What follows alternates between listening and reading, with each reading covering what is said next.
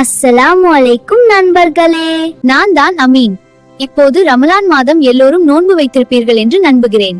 நோன்பு யாருக்கெல்லாம் கடமை என்று நான் சொல்ல போகிறேன். பருவ வயதை அடைந்தவர்களுக்கு, மனநிலை தெளிவானவர்களுக்கு, உடல் நலம் உடையவர்களுக்கு, பயணத்தில் இல்லாதவர்களுக்கு நோன்பு கடமையாக்கப்பட்டுள்ளது. நோன்பு அனைவருக்கும் கட்டாயமா? இல்லை. இஸ்லாம் எளிதான மார்க்கம்.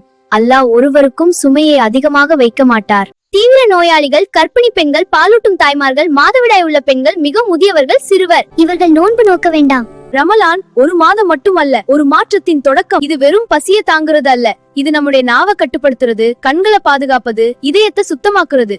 நோன்பு என்பது பசியை தாங்குவது அல்ல, பாவத்தை தடுக்குவது. உணவை விட்டு விலகுகிறோம், ஆனால் தவறான வார்த்தையை விட்டு விட்டோமா? தண்ணீரை விட்டு விலகுகிறோம், ஆனால் கோபத்தை விட்டு விட்டோமா? இந்த ரமலான் உங்க வயிறு மட்டும் நோன்பு இருக்க கூடாது. உங்க கண்கள், உங்க நாவு, உங்க இதயமும் நோன்பு இருக்கட்டும். இந்த நோன்பு காலங்களில் நமது தொப்புள் கொடி உறவுகளான சில மாற்று மத சகோதரர்களும் சகோதரிகளும் நோன்பு இருக்கிறார்கள். அந்த சகோதரர்களுக்கும் இறைவன் ஆரோக்கியமும் ஹிதாயத்தும் கொடுக்க நான் துவா செய்வேன். நீங்களும் அவர்களுக்காக துவா செய்யுங்கள். இன்ஷா அல்லாஹ் அடுத்த வீடியோவில் உங்களை இன்னும் நல்ல விஷயங்களோடு சந்திக்கிறேன். அஸ்ஸலாமு அலைக்கும்.